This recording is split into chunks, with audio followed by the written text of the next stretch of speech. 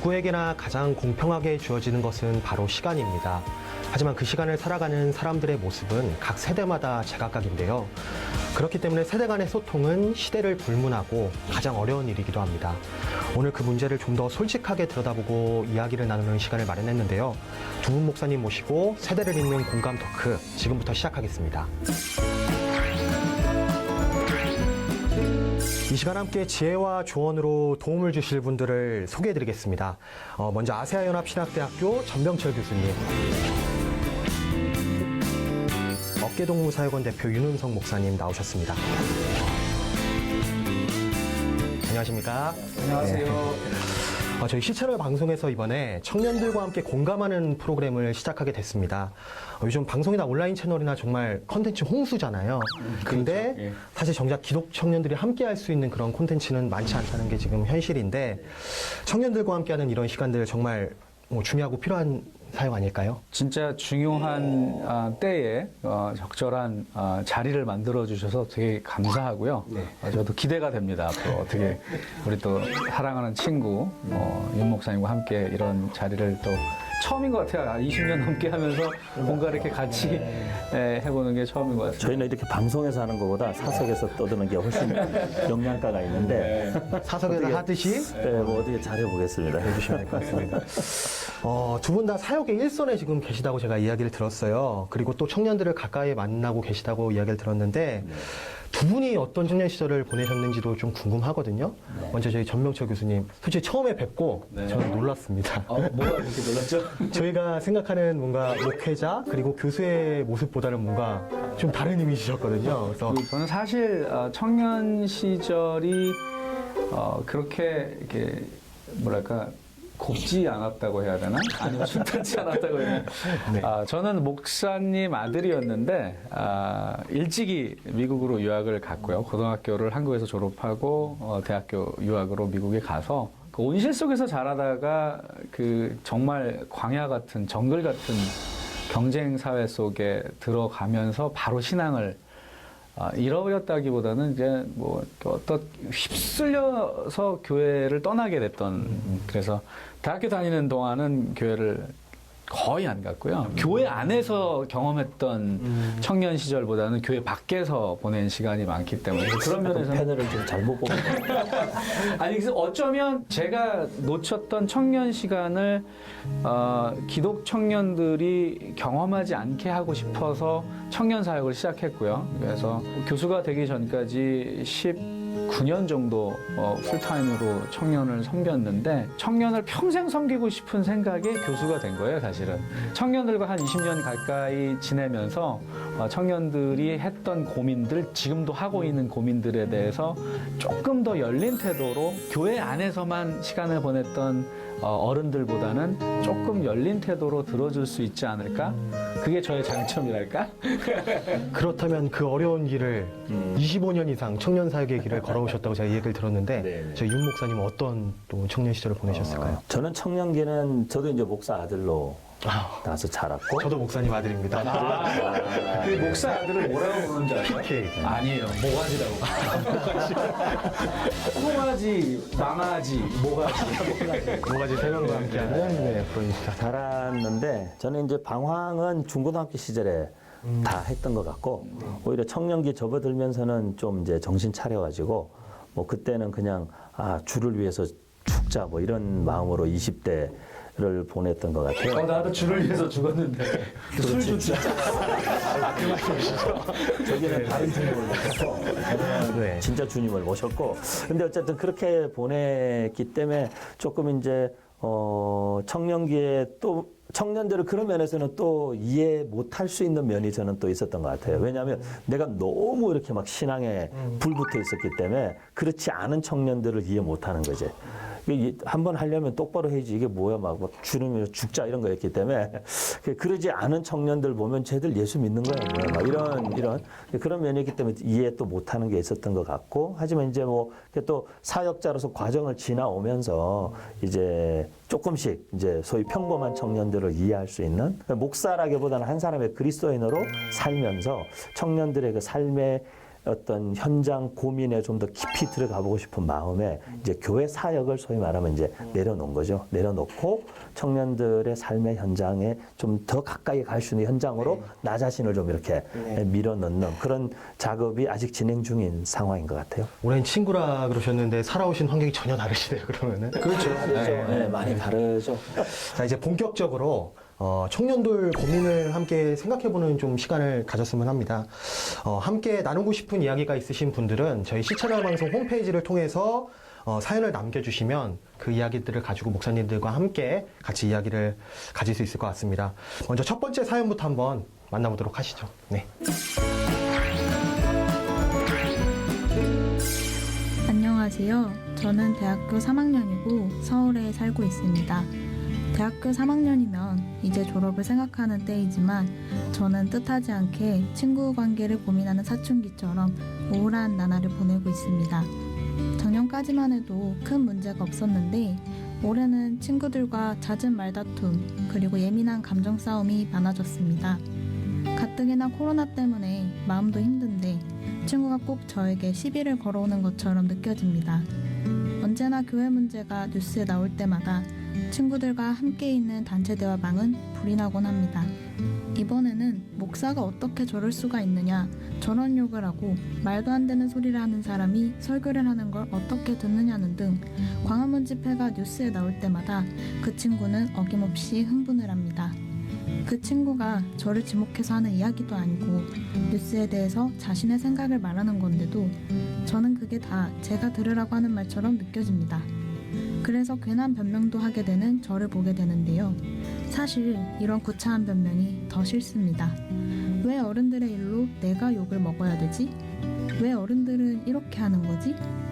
친구와 갈등이 생길 때마다 제 마음은 교회 어른들을 향한 원망으로 바뀌곤 했습니다. 그래서 언제부터인가 친구들이랑 대화를 하다가도 정치적인 문제나 교회 이야기가 나오려고 하면 슬쩍 자리를 피하게 됐습니다.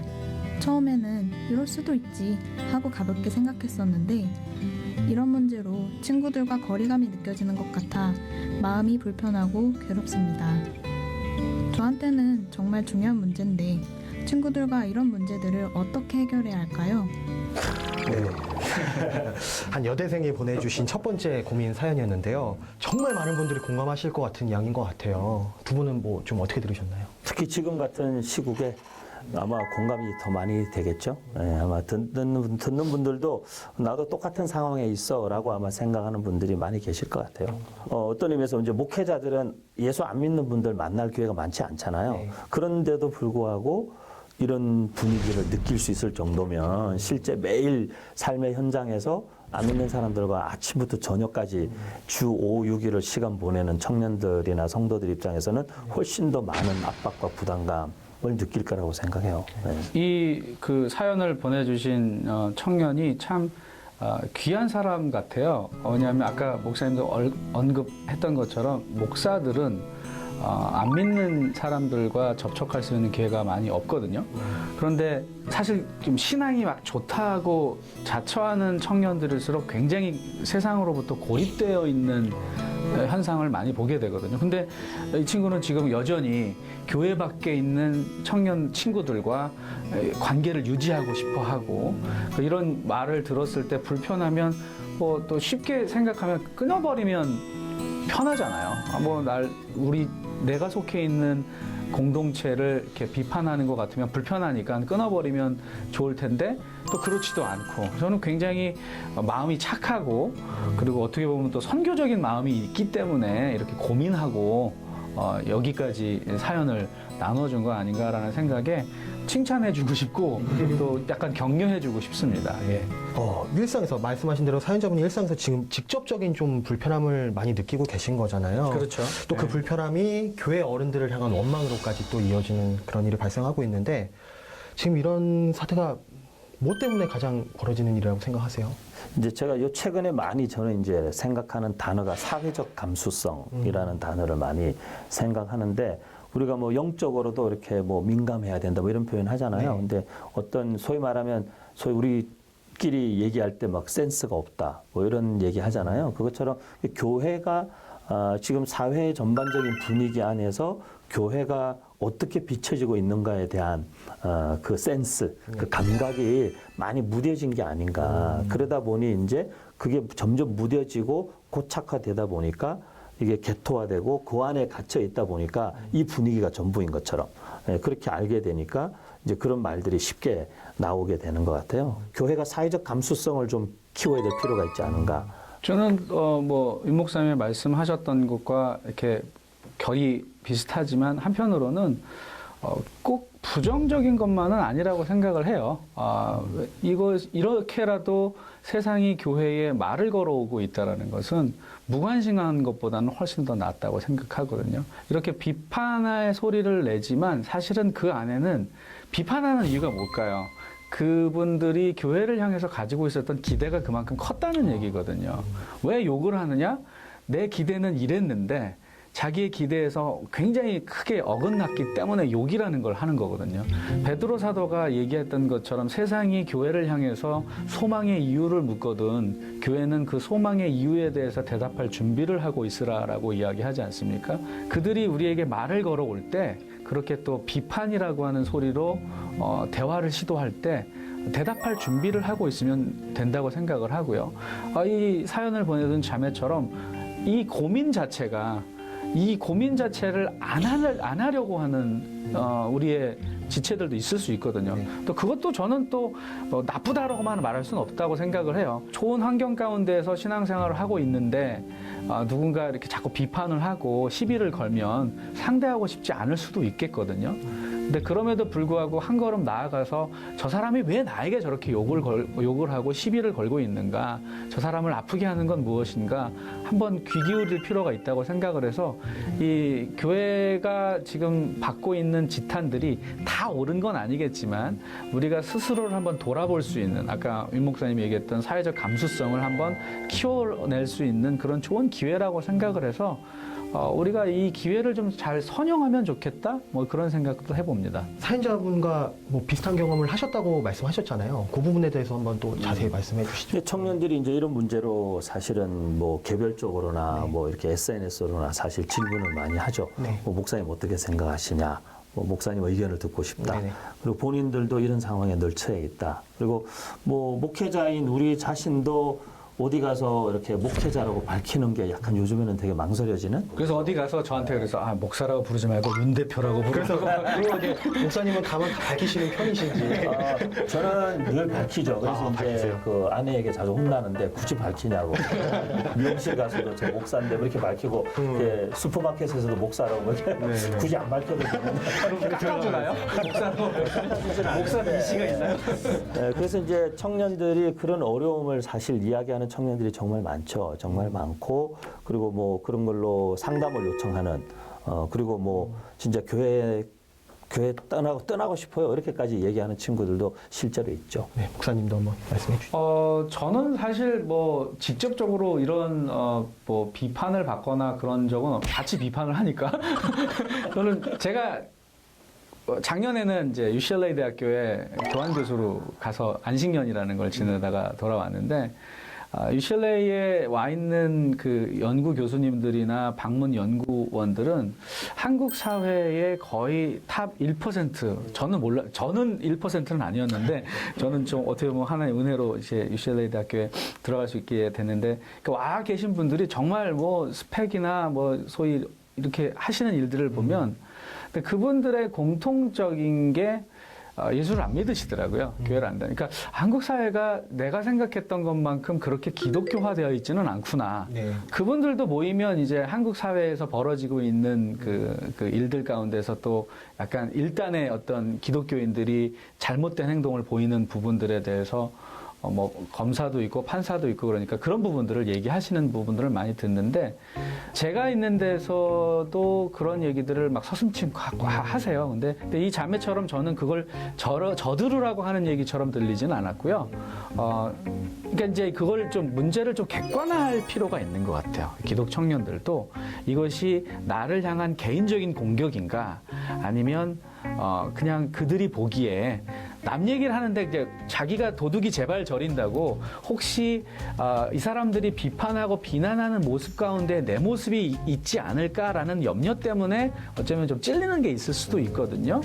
제가 일단 먼저 나서서 좀 사과를 한 편이에요. 뭐 제가 기독교인들을 대변할 수는 없겠지만 뭐 그렇게 느끼셨다면 죄송합니다. 교수님이 왜 죄송하냐고 그러면서 얘기를 하는 거죠. 그래서 어떤 부분들이 불편했는지 모르겠지만 그분들이 하고 있는 행동들이 기독교 전체를 대변하지도 않고 그들의 목소리가 성경을 해석하는 데 있어서도 관점도 여러 가지 관점이 있을 수 있기 때문에 그런 넓은 마음을 가지고 들어줬으면 좋겠다라고 우리 자신을 들여다볼 필요가 있고 또 그들이 이야기하고 지적하는 부분에 해당되는 부분들이 정말 있지 않은가 한번 들여다봄, 성찰 이런 게 굉장히 필요하다고 생각합니다. 뭐 친구니까 너무 교수님같이 답하는 그러면 책에서 보는 내용인가요? 안 그러는데 근데 이제 아니요 되게 중요한 포인트인 것 같고 저는 이제 우리가 보통 공감 얘기 많이 하잖아요. 근데 이제 예수 안 믿는 사람들이 이런 상황을 직면했을 때 되게 당황스럽죠. 그리고 우리 방금 정 교수님 얘기한 대로 뭐 내가 사실 나는 잘 살려고 되게 노력하고 있는데 갑자기 이렇게 확 똥물 뒤집어 쓴 것 같은 이런 느낌이면 되게 화나죠. 네. 화나고 저는 그런 부분에 있어서 기독 청년들이 또 갖고 있는 보면 약간 증후군 중에 이 착한 사람 증후군이 있어가지고 그럴 때도 막 이렇게 막 인내하고 막 참고 막 이렇게 고난 받는 것을 기쁨으로 여기고 막 이렇게 생각하면서 스트레스 엄청 받는. 그래서 저는 공감 안에는 같이 욕해주는 것도 포함된다고 생각하거든요.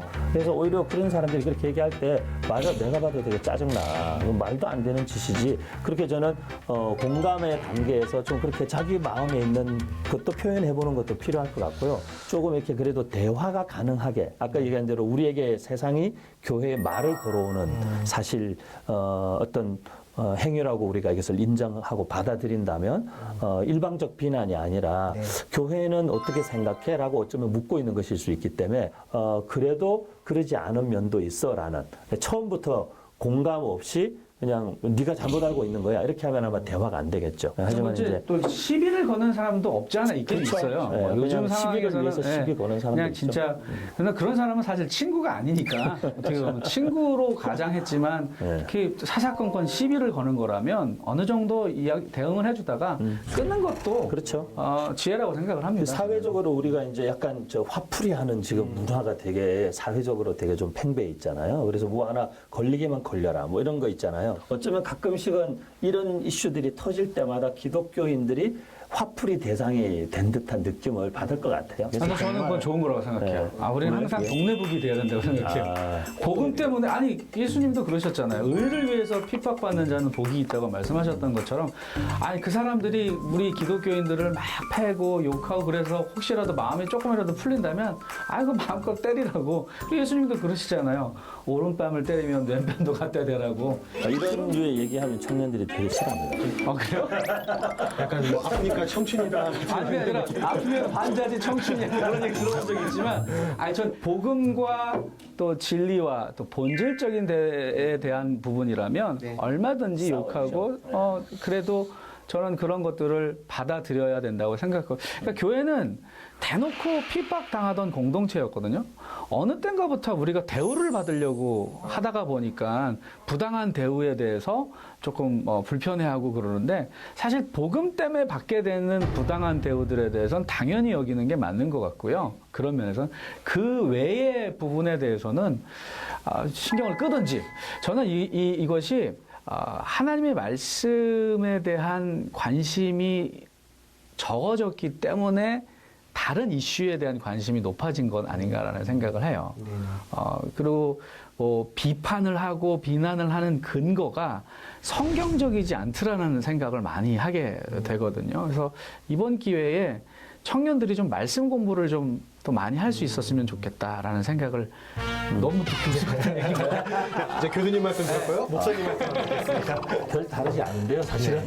저는 역사 공부를 정말 강조하고 싶어요. 근데 이제 역사. 뭐 네. 저 그 얘기 하고 싶었는데 저는 이제 역사 책도 쓰고 역사 관련된 강의도 많이 하고 그러다 보니까 다니면서 많이 느끼는 게 심각할 정도로 크리스찬 청년들이 역사를 모르는구나. 왜냐하면 지금 이제 사실 광화문 집회나 이런 우리가 극우냐 뭐 좌파냐 뭐 이런 종북이냐 이런 논란들은 다 이념적인 문제이기도 하지만 그 이념적인 문제가 신앙하고 믹스돼서 나타나는 되게 기형적인 사실 현상인데 그 뿌리와 근원을 파고 들어가면 결국에는 두 가지라고 볼 수 있죠. 한 가지는 방금 우리 정 교수님이 얘기한 대로 말씀에 대한 바른 이해. 그 말씀에 진짜 기초한 교회가 무엇이고 그리고 크리스찬들이 사회에 대하여서 어떤 태도로 말을 하든지 우리가 하고 싶은 말이 있잖아요. 다 있지만 복음을 전할 때 그런 방식으로 전할 수는 없잖아요. 그러니까 그 방법론에 대한 문제도 있겠고 만약에 이제 한마디로 이분에게 뭐라고 조언을 해줘야 될까라고 한다면 저는 조금 이분에게 뭐 인내해라 뭐 이렇게 얘기하고 싶진 않고요. 아니, 인내하라고 하시는 줄 알고 지금 너무 놀라세요. 이거 잘못 골랐다. 이런 생각을 잠깐 하려고 했는데 지금까지는 정 교수님보다 더 교수님 같으셨고요. 기다리겠습니다. 근데 왜냐면 이 부분은 되게 중요한 문제이기 때문에 네. 장기전으로 갈 문제고 네. 근원적 해결을 위해서는 말씀에 대한 바른 이해, 역사에 대한 바른 이해 이 두 축은 반드시 우리 크리스찬 청년들이 더 실력을 키워야 되는 면이 분명하고요. 사회 속에서는 저는 그럼에도 불구하고 우리 청년들한테 그래도 네가 거기에 있어서 참 다행이다.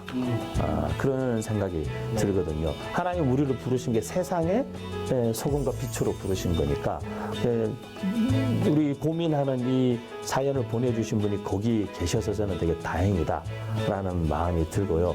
그리고 거기에서 그냥 크리스찬으로서 살아주는 것, 그것 자체가 저는 굉장히 큰 메시지고 청년들을 오랫동안 목회해온 제 입장에서는 되게 눈물나게 고마운 거거든요.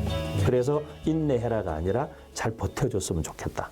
그게 그 얘기 아니었는데. 그래도 제 마음이 전달이 되나요? 약간 교과서적인 얘기를 또 저기다 더하면 우리 이제 1회로 끝나는 것 우리 같아요. 그만. 기독교 용어로 신전의식이라는 하나님 앞에서라고 하는 의식과 역사의식이라는 게 있거든요. 이 역사가 지나갔을 때에 역사는 후대는 우리를 어떻게 기억할 것인가, 교회는 어떻게 기억될 것인가, 또 하나님은 우리를 뭐라고 이야기하실 것인가에 대한 의식을 자꾸 한번 고취하고 친구들과도 그런 대화들로 이끌어가고 네. 뭐 딱 답이 되지 못해서 좀 아쉽기는 하지만 인내를 가지고 견디는 것도 참 좋고 허심탄회한 대화를 자꾸 이어나가는 게 좋은 것 같아요. 오히려 저는 긍정적으로 잘 살리면 전도에 좋은 계기나 접촉점도 될 수 있을 것 같아요. 자꾸 교과서적으로 우리가 가는 것 같아서 나도 걱정인데 그렇죠. 아니요, 저도 동의해요. 될수 예. 있죠. 지금까지가 가장 좋은 상담으로 끝날 것 같습니다. 네. 자, 저희 사연자분이 이 방송 보시고 또 새로운 힘을 얻으셨으면 좋겠고요. 방송으로 함께 하시는 분들 가운데 또 나누고 싶은 이야기가 있으시면 앞서 말씀드린 대로 C채널 홈페이지에 사연을 남겨주신다면 언제든지 함께 고민하는 친구가 되어드리도록 하겠습니다. 알버트 아인슈타인이 이런 말을 했다고 합니다. 제가 미국에서 오신 분들한테 영어를 해야 되는데 Be a voice, not an echo. 다른 사람의 이야기에 메아리가 되지 말고 자기 자신의 목소리를 가지라는 뜻이잖아요. 이 시간이 우리 자신의 목소리를 찾는 도움의 길이 되길 기도합니다. 함께 해주신 전병철 교수님, 윤은성 목사님 너무 감사드리고요. 다음 시간에 또 다시 한번 찾아뵙도록 하겠습니다. 고맙습니다. 감사합니다. 고맙습니다.